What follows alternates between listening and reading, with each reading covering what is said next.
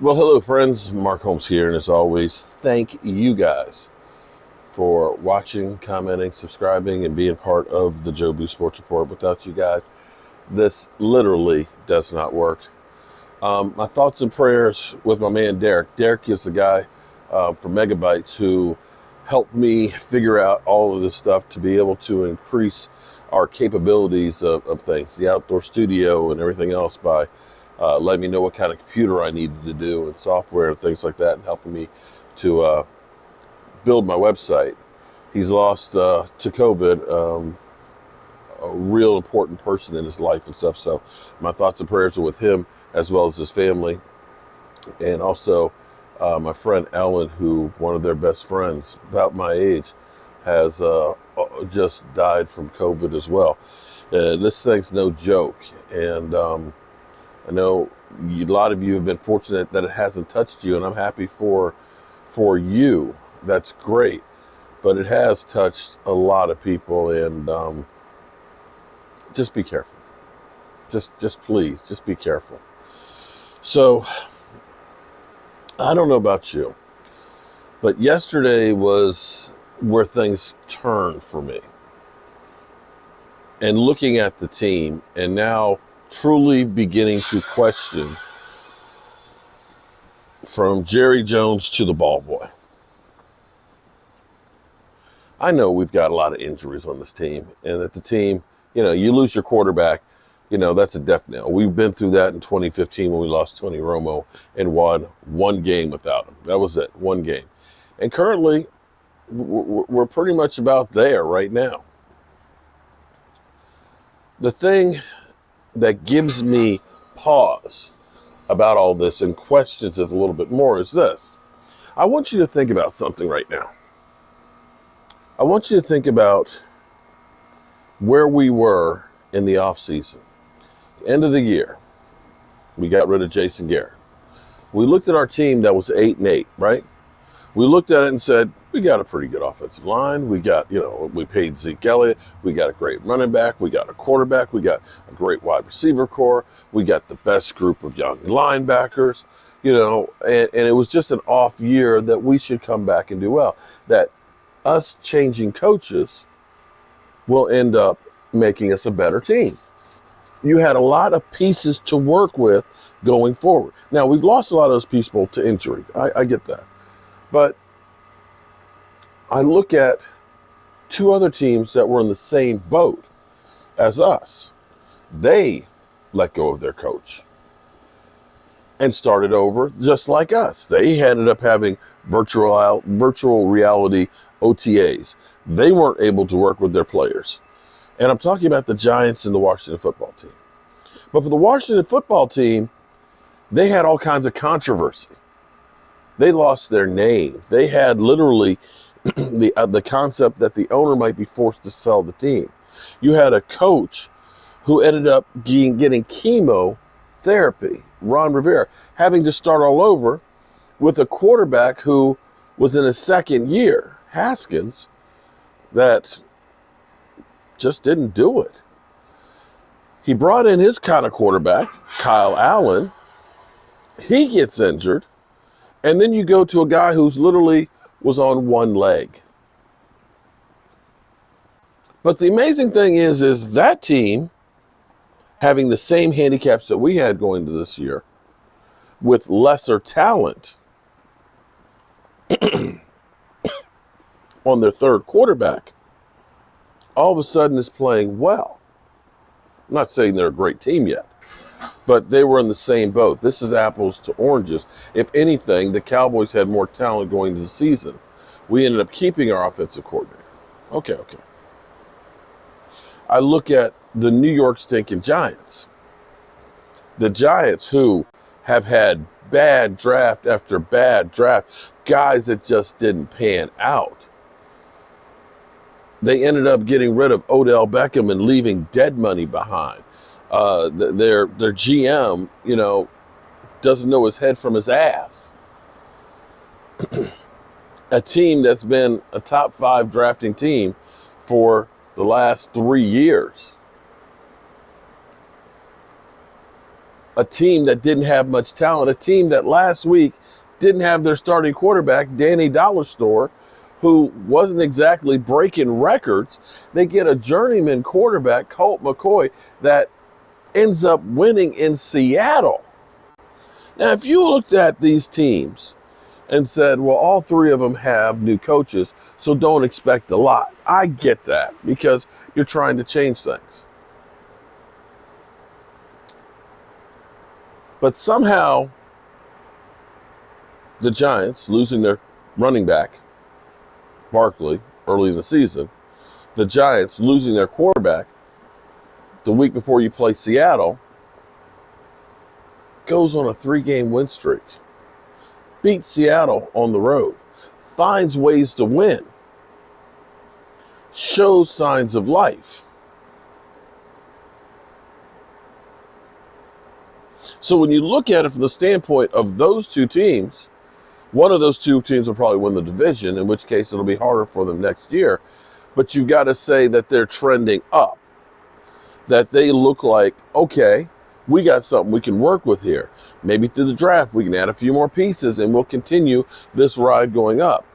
But right now, as I look at the Cowboys, where we're in the same boat and we had a coach that nobody else had that has actually been and won a Super Bowl. We had him with a team that had a lot more talent. I know we've had a lot of injuries. I understand that. But so have these other teams. So has everybody in the NFL. Yet, we are one of the worst teams in the NFL. And it hits me that I get it. We don't have talent. But I'm looking at the question marks on the play calling. I'm looking at the fundamentals of the players. And as far along as we are, and listening to the answers from the coach is saying, we're far beyond looking at the scheme as a problem. It's execution. Maybe, but if the scheme was the problem from before, does the scheme all of a sudden change and gets better? Because I don't think the scheme changes. So the response you're getting from the coach is kind of like, what the fuck are you talking about? The same problems we're seeing with the same guys that have been happening all season long are still there. I see the worst pursuit angles I have ever seen in my life. You understand what we used to do in JMU? We have a period that was just about pursuit angles. Because you got to understand, I was a nose guard. I was the fat guy, which means I run slower, which means my angle needs to be a lot deeper than a fast guy, a cornerback who can get there quicker. And what we literally did is just like when you take a shotgun, you're not aiming at what the target is, you're aiming in front of it. And that's what you do in a pursuit angle. You're not running to the point where he is now, because by the time you get there, he's not going to be there. That means you need to be right there at the point, the collision point. And that's where you go right now. But I'm looking at these guys, and it's like they're taking these banana routes around to make tackles. I'm looking at these guys that don't seem to understand that when there's a guy getting tackled, everybody goes to the ball carrier. That way you don't have these breakaways, as opposed to just saying, oh, that guy's engaged, let me stay back and protect myself. You should be in there knocking the goddamn ball out. And you're telling me that these coaches aren't teaching this to these players? Either the players are running the system and aren't listening to shit, or the coaches are freaking idiots. Either way, something's got to give to change it around. It's almost like, and maybe this is because you're the Dallas Cowboys, that the players feel like they're entitled, that the coaches feel like they're entitled. We are the most popular brand in football. Everybody likes to talk about us. It doesn't matter if we're winning or losing. They're still going to talk about us until today, when the NFL said, you know what? We'd rather see the Giants versus the Browns than the Cowboys versus the 49ers. Entitled, pompous asses is what we are. And we have been sold a bill of goods and a pile of bullshit from Mike McCarthy if you think that Mike McCarthy literally is the answer, because what I hear from Mike McCarthy makes me say, what the hell are you talking about, bro?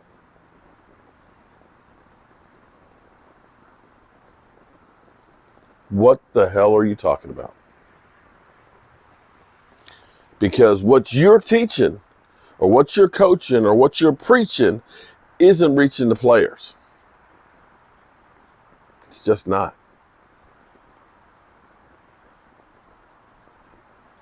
You know,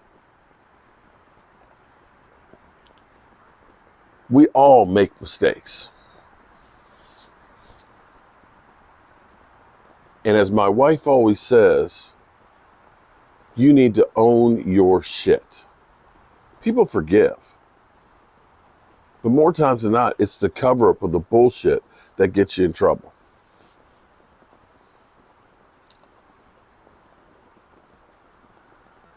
More and more, I'm beginning to realize that Mike McCarthy may have been a mistake. That he's not the guy. That maybe Jerry Jones and crew have got their hands in it and shouldn't. And that this thing may never get right.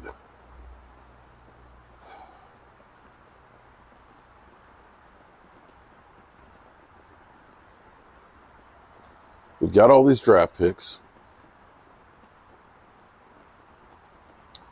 We'll have a favorable schedule next year. But Dak should be back, and the Cowboys sound like they want to re-sign him. But if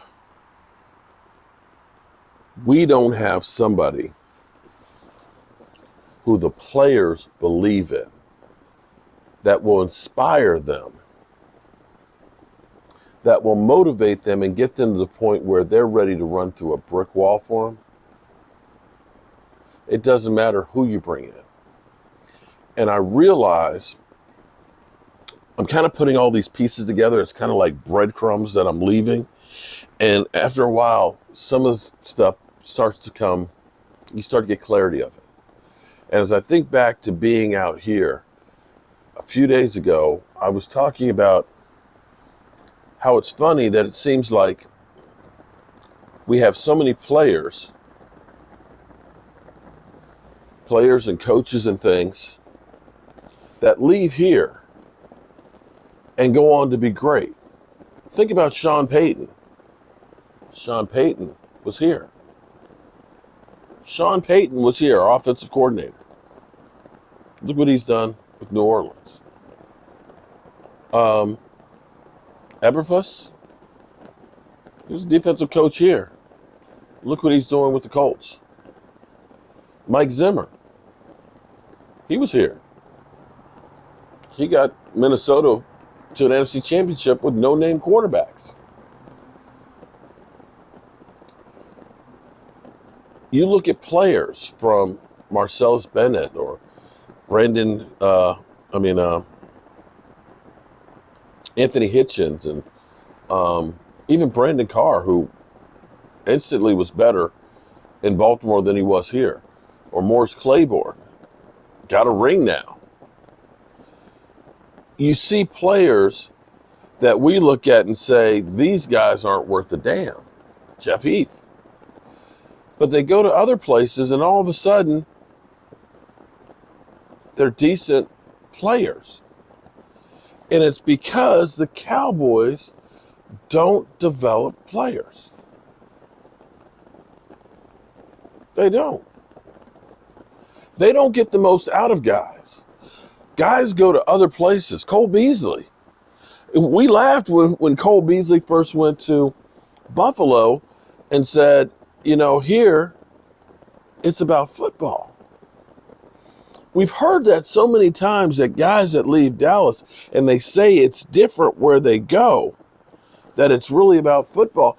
And you hear it enough times and you got to start thinking there must be something to this.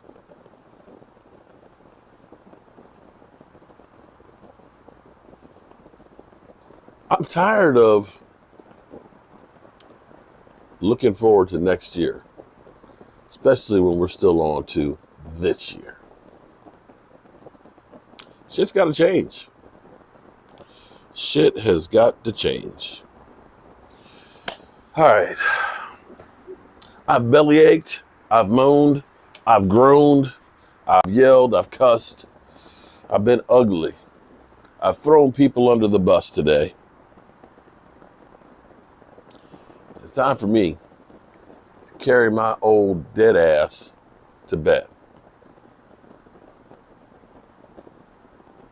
Appreciate all you guys here listening to me whine. Appreciate the comments, the likes, and subscribers. Be safe out there.